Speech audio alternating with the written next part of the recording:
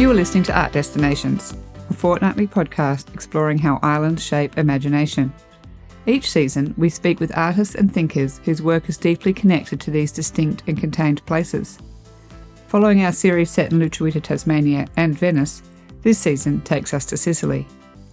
Hello, I'm your host Sarah Rhodes, an artist based in Linguaglossa, Tasmania. In this episode, I'm in conversation with Alfio Puglisi, director of the Sicily Art Residency program on Mount Etna. Alfio co-produces Art Destinations with me as part of our shared interest in understanding how defined landscapes influence creative practice. Together, we created this podcast to connect artists working on the periphery and to offer a space where ideas of place and belonging can be explored. If you enjoy Art Destinations, please subscribe on your favourite platform and consider leaving a review. Your support helps us continue these conversations. We also share the work of the people we feature on our Instagram page at artdestinations.podcast. Welcome, Alfio, to Art Destinations. It's really great to have you on the show. Hello, Sarah. Happy to be here today. It's really exciting to interview you today or have a conversation because this podcast was really inspired together. I came to do an art residency in Linguaglossa at SARP in 2023 in June, after I'd been a creative director at the Venice Architecture Biennale. And I was really interested in looking for an island that had a shared experience or a shared atmosphere with Tasmania. And I feel as though I really found that place on Mount Etna, especially with I was lucky enough to have the foggy atmospheric day, even in summer.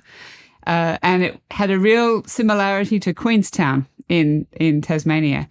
So I was really interested in talking to you about, the experience of living on an island, as well as the experience of living kind of on the periphery of the contemporary art scene, particularly for you in Sicily. And so this has been a really lovely moment. So thank you for the journey so far. Thank you, Sarah, for coming to Sicily back in 2023 and also for creating this fantastic podcast. So just to start the conversation, would you just tell the listeners a little bit what SARP is? Yes, of course. So SARP stands for the acronym Sicily Artist in Residence Program.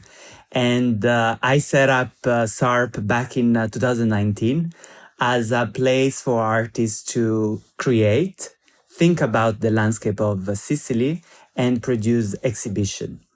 We have evolved quite a bit since 2019 and since 2023 when you were in Sicily. And from this year, we added a gallery aspect to further support the career of artists.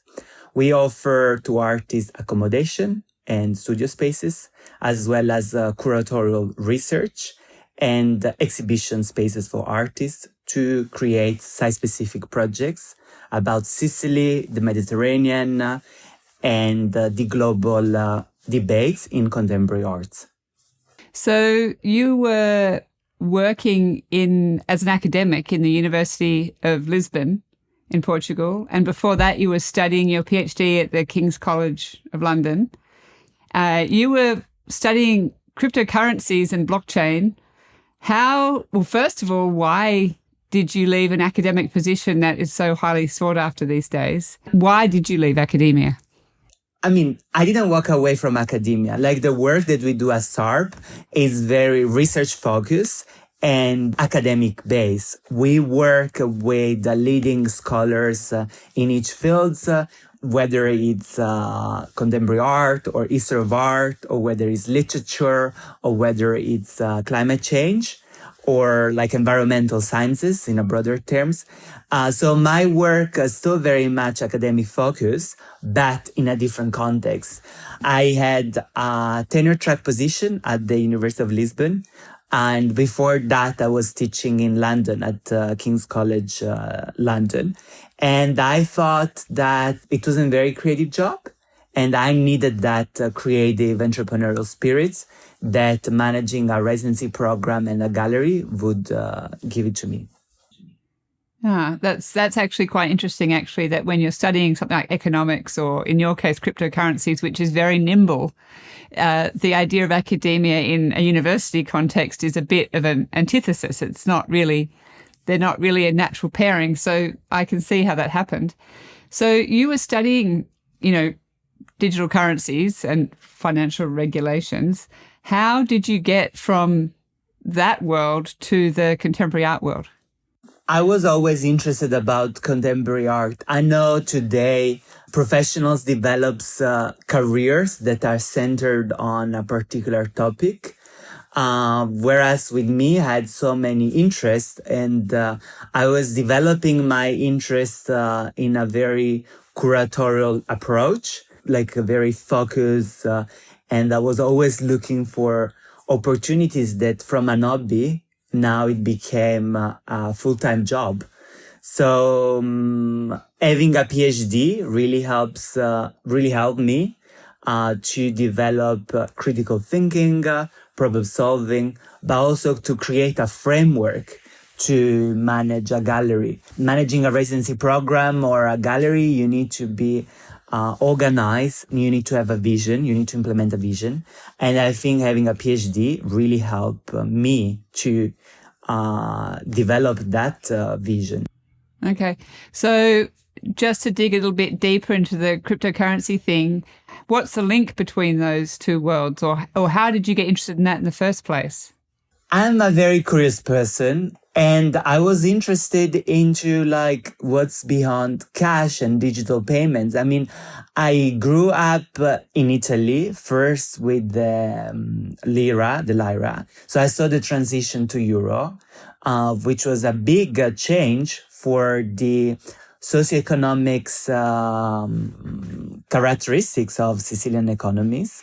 And then after the euro, I saw this increase with the use of digital payments, like contactless cards and the use of digital payments. So I was interested in new form of payments, and cryptocurrencies were, and now they are kind of developed in stable coins. Central banks have explored and are still exploring this new form of payment. So for me, it was like something, I was just curious about what is beyond cash, what is beyond digital payments, and cryptocurrencies was a new concept that was developed, which is now a bit more solidified and more researched on. So I was generally like curious about it. Cryptocurrency is a form of payment that is cryptified, so more secure. I won't go into details to not bother make bored the listeners. And now you have non-fungible tokens. So it's more like digital economic value represented in a digital world, whatever that means. You were studying for so long in, high school, university in the UK, and then were you watching Sicily change at that time, or, what drew you home? I mean, Sicily in the last 20 years have changed completely. I mean, from my grandparents' generations to my parents' generations and to myself, I've seen a big change. Historically, the post-war was characterized with this economic boom, the reductions of available land that was used for agricultural purposes. And some of these land were devoted to construct housing, affordable housing. But I've not experienced this sort of like housing boom because I was born in 1992. But I'm definitely like the witness of a different change of Sicily becoming more cosmopolitan, more international, and being more open to the world. When I moved to Edinburgh in Scotland in the early 2011, Sicily was definitely not as international as it is now. Now the island is very cosmopolitan. There are fantastic hospitality, wine projects happening in every corner of the islands. Foreigners restoring beautiful palazzos or beautiful architectural historical buildings that didn't happen in 2011. So I think some of the aristocratic families that started these new venues for hospitality projects really inspired me and gave me the confidence to come back. But once I had to come back, I had to change and a little bit how I was living in Sicily before and a bit of Sicilian mentality. So that's why I started the gallery to open up the dialogue and to offer to local audiences a new vision for contemporary art. Okay, so what's that new vision? What are they seeing now that they didn't see before you came? Yeah, there was no a structure residency program as I've set it up. I mean, the residency program was an inspiration from the work by Ludovico Corrao in the west part of Sicily in Gibellina, which is the first example of artist in residence program in Sicily. Ludovico Corrao invited international acclaimed artists to create site-specific works after the earthquake that destroyed the town of Gibellina. So that was a sort of inspiration. And from 1968 to today, there were artists in residence program that now SARP provides a platform for the local community to meet international artists and see how exhibitions are created from the research phase to the production phase to the actual exhibitions opening, where you see the entire exhibition set it up, but the audience based around Etna can also see the process behind the exhibitions. So that's our new model, which is to showcase the work that's behind the scenes, works that is often not seen by the public. You go to an exhibition spaces, you go to a museum openings, and you can see some photographs of the works created in the studio of the artist. But for me and for SARP, it's so important to understand the entire creative process, as well as mapping the production phases of the projects. Because to create and produce an exhibitions, there is so much production behind the scenes and craftsmanship that is needed to set up an exhibition. So we connect the artists to production facilities in Sicily to produce exhibitions. Have you had a curator who's mentored you? Because you have come from an economics background and obviously you have a deep understanding of art, but it's not been your training. Or have you just worked it out as you go? I worked as I go. I am a good listener, so I listen to curators, museum directors, other art dealers, to artists. And I've learned most of the curatorial practices or curatorial research as I'm developing a project. So it's more like a hands-on, pragmatic approach to contemporary art. And sometimes myself and my team are kind of brave in how we set up the exhibitions or how we set up the projects. But sometimes it's what makes it more interesting and fresh to new audiences. We learn as we go, and we have a lot to learn more. So what's your business model for SARP, or what's your long-term vision? What do you see it aspiring to, or how are you developing it? I would be very happy in being able to produce exhibitions in bigger scales in Sicily, and as well as in mainland Italy and abroad. We are working really hard to expand this cultural dialogue that we are having right now in Sicily with the Mediterranean countries and move into more like a European level dialogue. But this will take us some time, we know. Yeah, we look forward for the next 5 years, because I think that will be the most interesting years once you expand and develop new ideas, and hopefully our audiences will get more interested into what we do in Sicily and abroad. So if you were to have a role model, are you looking at like commercial galleries like David Zwirner or Hauser and Wirth, or are you looking at foundations like the Prada Foundation or TBA 21? What sort of direction are you thinking? I'm a creative mind that do a lot of research, but I try to advance the dialogue or the projects that are already there. I always use my academic background to research, so I don't really follow a particular model of a gallery, of an institution, because what works best in London might not work best in Sicily. So the SARP's models always evolves, always adapts. But we have very interesting conversations with stakeholders all around the world. But eventually, our vision is sort of unique and what makes it special. And the artists that take part in our projects or co-produce exhibitions with us shape the visions of SARP. I think that's very exciting.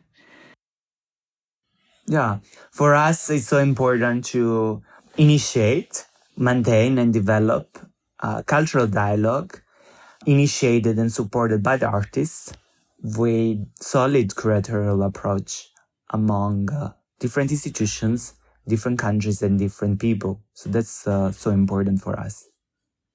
So just on that, I just wanted to mention that we had a conversation with Carolina Mazzolari in our Venice season, in our first series.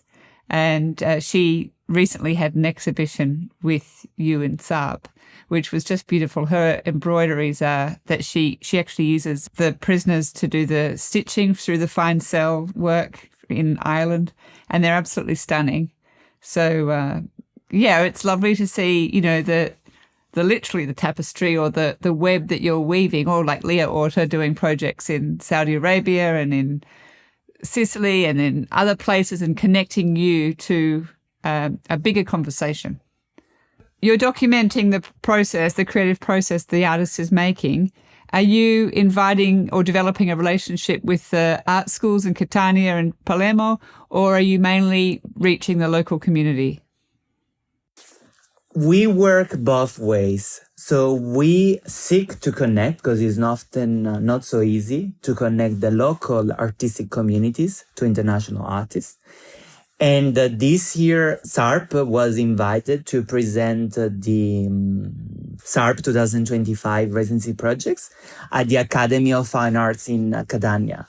So it was the first official public engagement of SARP with the local academic community of Sicily. And it was a wonderful opportunity for SARP as well as for the Academy to exchange and inspire students, especially after university, to set up artist studios and develop a career within contemporary art. There are so many students that often abandon a career of an artist and pursue other careers. So it was so important for us to explain that they can develop a career as an artist today. Okay, that's lovely. We also worked with universities based in London, like King's College London Culture, with the University of Trieste, with the Botanical Garden in Catania. But this year, we got invited by the Academy of Fine Arts, and it was wonderful. Okay, that's great. So Sicily's geographic position, it's situated just slightly north of North Africa, below the continent, Italy, France, Spain.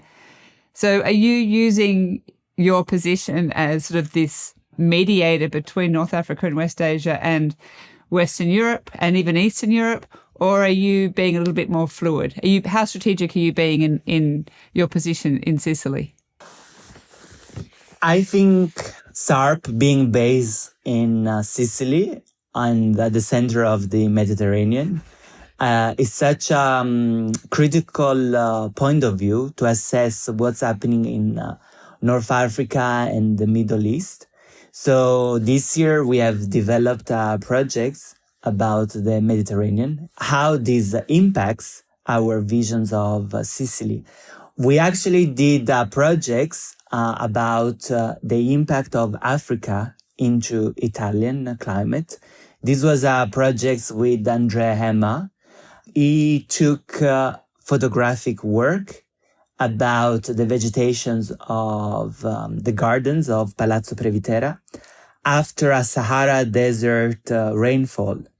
So I think some of the listeners might not be familiar, but every year around this time of the year, beginning of April, we get red rainfalls. And basically the clouds that forms on the Mediterranean contain Sahara dust. And the Copernico Institute, EU-based institute, has assessed this. And these Sahara desert rainfalls are occurring more and more frequently. So this was sort of like the inspirations to start to assess the impact and the relationship, whether it's a meteorological, whether it's a socioeconomical or anthropological, the impact of Africa on Sicily. And we got in touch with a few artists in residencies based in Africa, and we have contacted some artist studios interviews with African artists. But we will definitely need to do more. So I think this is more a long-term vision for SARP to develop these connections and understand deeper the positioning of Sicily and the relationship with North Africa and the Middle East. It's like a focus of our program for the coming years. That's very poetic. The red rain, red dust. Yes, I mean, the artist, when he was conducting the documentation, was very surprised. And then when he was scanning leaves and taking photos of the leaves, the red was appearing. And this transformed into like sort of pigment backgrounds of digital sculptures titled Phenomena, which was on view in Sicily at our exhibition spaces, but also was part of nomadic projects exhibited in Los Angeles, Singapore, and Hong Kong. At first, it was just a color, but then once you dig deeper, you understand that it wasn't just simply red color on the leaves, but it was the result of a meteorological phenomena coming from Africa. What do you think happens, like what magic happens when an international artist comes to a place like Sicily that has traditionally been seen as a place on the periphery, even though it's the center of the Mediterranean, but it's still, everything's happening in London, Paris, New York, Milan, you know, so that they would be bringing the edge that they're coming to, there would be something different happening that they can't actually achieve in those centers. What do you think? Would you say that's true? Yeah, Sicily is sort of peripheric, and the Sicilian mentality loves foreign peoples in a sense, because they always bring a new perspective. And this has been true in the 17th century, when on the 18th century, when Sicilian families were welcoming the travelers from Northern Europe to Sicily. Now I think Sicilians are more used to like traveling or studying abroad. So this mentality has been changed. But in general speaking, like Sicilians and Italians love new ideas coming from abroad, and they would support those ideas. But being in such a peripheric positioning, you are so, I would say, you don't get much distraction, so you can focus more on what really matters. you don't get the distractions that whatever happens in London, where you have so many things to do. In Sicily, there are very few things, which can be like a sort of like good avenue to develop new projects, because you don't get the distractions that you might have in big cities. Okay. That's really nice. I would agree with that actually here as well. You need to be quite entrepreneurial to do what you're doing, or at least be a creative thinker. Does your family have a history of being an entrepreneurs? Yeah, for sure. Like the family have been entrepreneurial within agriculture for many centuries. Back in the 19th century, one family member introduced on Etna insolia, which is a variety of grape. And my great uncle, together with another local wine entrepreneur, wine producers, set up the first Etna DOC for winemaking, which is a special appellation for the productions of Etna wines, and is one of the top 4 wine certificate famous in Italy. So they were definitely entrepreneurs. I think also their entrepreneurship spirit was based on existential courage, because back in the days there was so much uncertainty. Agriculture was the core part of their business models, and they would frame this entrepreneurship spirit in different agricultural estates scattered all around Etna.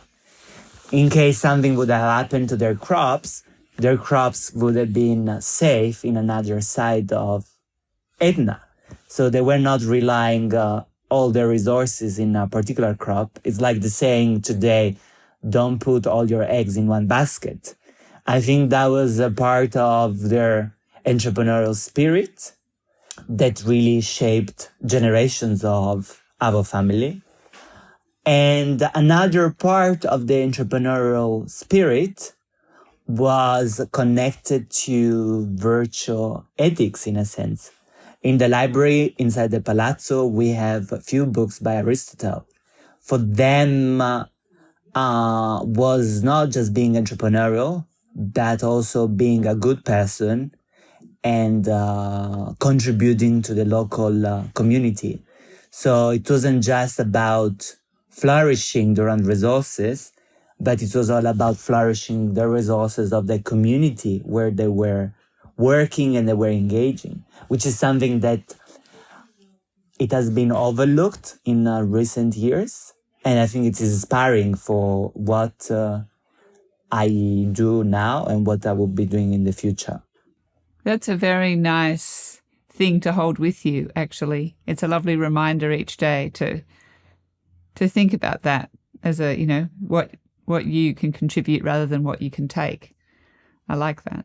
Yeah, I mean, they set up schools for the education of women. They set up, when I say they, it's like the Previtera family. The organization of the family was very big, and many family members would have been involved in the management of the agricultural estates, of the historic buildings, of the entrepreneurial endeavors, as well as their philanthropic activities. So they live by that saying of being a good person and flourishing the local community. So it was so important for them to support the local. That's what Italy is so good at. That's what makes Italy so special, I think. A lot of countries, think it's too expensive, so they let those skills go. But those things are really what makes Italy so great. What approaches have your family instilled in you that you're bringing to SARP? Every exhibitions that we produce at SARP engage with a local craftsman, whether it's to build wood frames for paintings, or whether it's about sourcing stones for sculptures, or for bigger projects like historic buildings. We worked with 10 local artisans, whether they are ironmonger, whether they are wood carpenters, or ceramic tiles decorators. We try to not build new buildings, but we try to restore as much as possible. So I think this approach has a big impact for the local community, not just in economic value, but also reinforce some of the craftsman traditions that have been lost or not pursued in sort of like a bigger scales. Well, that's really good to know that it will still carry on for a little bit longer, because in many countries it's just disappearing. Yes, I think in Italy and in Sicily there are a lot of craftsmen that are willing to pursue projects that are time consuming and maybe not as financially remunerated as other jobs. But these craftsmen are so motivated by the passion and the proud that they will gain from doing these refurbishment projects that makes them so special and is worth to keep supporting the local craftsmen in Sicily and in Italy. Okay, so you're supporting the local economy in many ways. You know, you're finding skilled people and matching them with the artists. Yeah, definitely. The productions of the exhibitions occurs, I would say, 70 to 80% in Sicily. So we are trying to localize the productions of exhibition in Sicily rather than producing an exhibition in London or Berlin or Paris and then transferring the works from a big city to Sicily. So we are trying to produce exhibitions in Sicily. And it's all the more exciting for those artists when they come and stay in your beautiful palazzo, that you so generously give them a space. And it's been in your family for 400 years?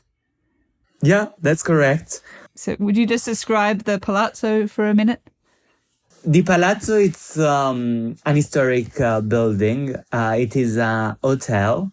It is living museums, because I still live within one part of a palazzo of more than 2,000 square meters. And it's also a bar and a restaurant from June this year.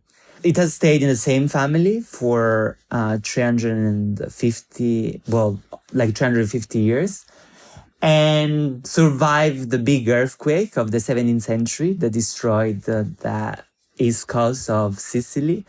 So it's very much a stratification of history. You have within the palazzo a lava flows from 1180, then you have the 17th century piano nobile, and then the interventions from my ancestors in the 19th century, and eventually my interventions of the 21st century with modern technology, solar panels, but still preserved much of his historic rooms and much of his original structure. So it's a very interesting building, and how it is adapted through this century. I think when I went there, the gallery was at the entry when you first come in. The walls of the gallery are shared with the sort of the tongue of the lava that stopped as the foundations of the room. I think you've turned that into the restaurant now?